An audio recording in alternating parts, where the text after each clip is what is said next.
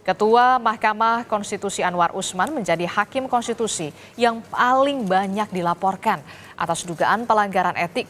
Sementara 8 hakim konstitusi lainnya hingga Kamis kemarin sudah selesai diperiksa semua. Hari ini saudara ada panitera juga yang diperiksa Majelis Kehormatan MK selain Ketua MK.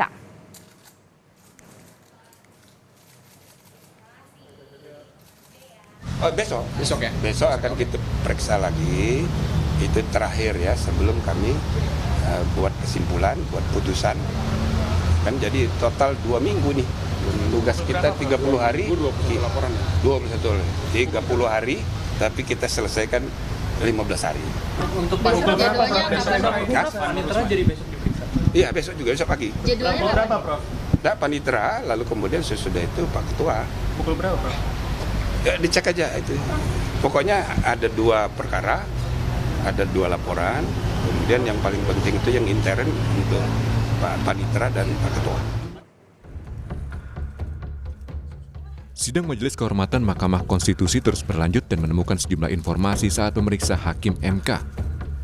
Ketua Majelis Kehormatan MK, Jimli Asyidiki, membeberkan isu baru yang muncul setelah memeriksa 3 Hakim Konstitusi, Saldi Isra, Manahan Sitompul, dan Soehartoyo. Jimli menduga ada kebohongan soal tidak hadirnya Ketua MK Anwar Usman dalam rapat permusyawaratan hakim sebelum memutus 3 perkara soal batas usia Capres-Cawapres. Ada hal yang baru tadi soal kebohongan. Ini hal yang baru. Nah, kan waktu itu alasannya kenapa tidak hadir, nah, ada 2 versi. Ada bilang karena menyadari ada konflik kepentingan, tapi ada alasan yang kedua, karena sakit. Nah ini kan pasti salah satu benar. Dan kalau satu benar berarti satunya tidak benar.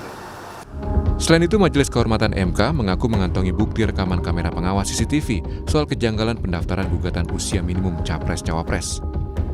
Gugatan itu sempat ditarik penggugat lalu diajukan lagi ke MK. Video CCTV itu berkaitan dengan proses penarikan permohonan yang kemudian diajukan kembali pemohon Almas Sakibiru. Selain hakim, Majelis Kehormatan MK juga memeriksa 5 pelapor soal putusan batas usia Capres dan Cawapres. Pelapor menyebut putusan hakim MK soal batas usia Capres-Cawapres melanggar konstitusi. Pelapor Alam Syah Hanafia menyebut putusan hakim MK terkait syarat batas usia Capres-Cawapres melanggar Undang-Undang Dasar 1945 karena merampas kewenangan DPR dan Presiden sebagai pembuat undang-undang. Dalam amar putusan hakim konstitusi itu, dia melanggar konstitusi Undang-Undang 45. Jadi Mahkamah Konstitusi bertentangan dengan konstitusi. Itu yang kita dalilkan tadi. Karena itu hakim konstitusi membuat aturan sendiri, mengambil alih kewenangan Presiden dan DPR. Majelis Kehormatan MK kembali akan memeriksa sejumlah hakim, diantaranya Anwar Usman. Majelis menyebut Anwar Usman kembali diperiksa karena dirinya yang paling banyak dilaporkan soal dugaan pelanggaran etik. Tim Liputan, Kompas TV. Soal pemeriksaan kembali Anwar Usman oleh Majelis Kehormatan MK akan kita tanyakan langsung kepada jurnalis Kompas TV Fedriska Ananda. Fedriska, jelang putusan, jadi siapa saja yang dijadwalkan diperiksa oleh Majelis Kehormatan MK dan kenapa ini Anwar Usman kembali diperiksa? Fedriska.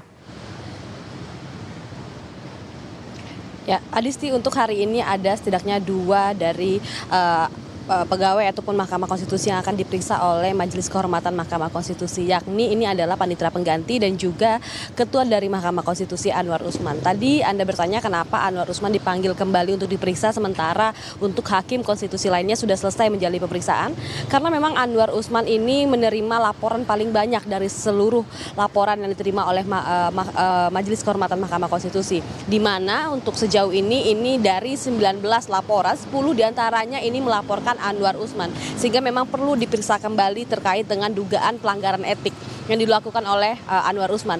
Dan kemudian untuk selain dilakukannya pemeriksaan terhadap 2 pegawai dari Mahkamah Konstitusi ini, untuk agenda hari ini juga dari Majelis Kehormatan Mahkamah Konstitusi juga melakukan penyidangan terhadap 2 laporan lainnya. Artinya jika tadi ada 19 laporan, sementara yang sudah dilakukan persidangan oleh Majelis Kehormatan Mahkamah Konstitusi, maka hari ini masih ada 2 lagi laporan yang akan dilakukan persidangan oleh Majelis Kehormatan, di mana artinya ini ada 21 total laporan yang diterima oleh Majelis Kehormatan terkait dugaan pelanggaran etik yang dilakukan oleh hakim di Mahkamah Konstitusi. Tadi kalau misalkan kita juga mengikuti, Anda sempat menyinggung juga Adisti dan juga saudara, bagaimana kemudian di Mahkamah Konstitusi ini kemudian sudah berlangsung persidangan selama 2 ataupun 3 kali begitu ya. Ini terkait dengan laporan-laporan yang sudah diterima oleh Mahkamah Konstitusi. Artinya memang kita masih menunggu bagaimana kemudian putusan dari Majelis Kehormatan, apakah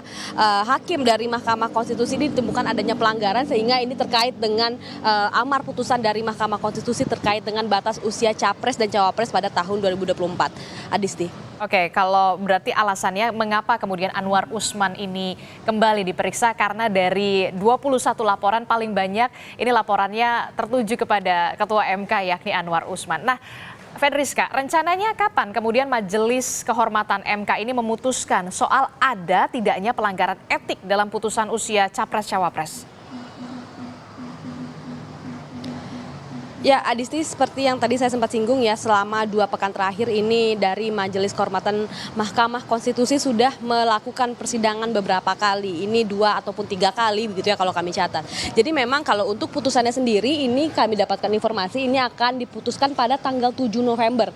Di mana ini sangat kita nanti bagaimana kemudian apakah memang terjadi pelanggaran etik atau tidak. Karena ini berkaitan dengan nanti pengumuman capres dan juga cawapres serta nomor urut capres pada nanti akan diumumkan oleh KPU tanggal 13 November nanti. Sehingga memang tentu Majelis Kehormatan Mahkamah Konstitusi ini seperti dikejar deadline begitu ya untuk dapat segera memutus amar putusan apakah ada terjadinya pelanggaran ataupun indikasi terjadi pelanggaran etik yang telah dilakukan oleh hakim Mahkamah Konstitusi atau tidak. Tentu ini berkaitan juga nanti dengan pelaksanaan pemilu ke depannya, Adisti. Oke, jadi tentu saja kita akan menunggu hari Selasa pekan depan Majelis Kehormatan MK ini akan memutuskan soal ada tidaknya pelanggaran etik dalam putusan usia Capres-Cawapres. Terima kasih informasinya jurnalis Kompas TV Fedriska Ananda melaporkan.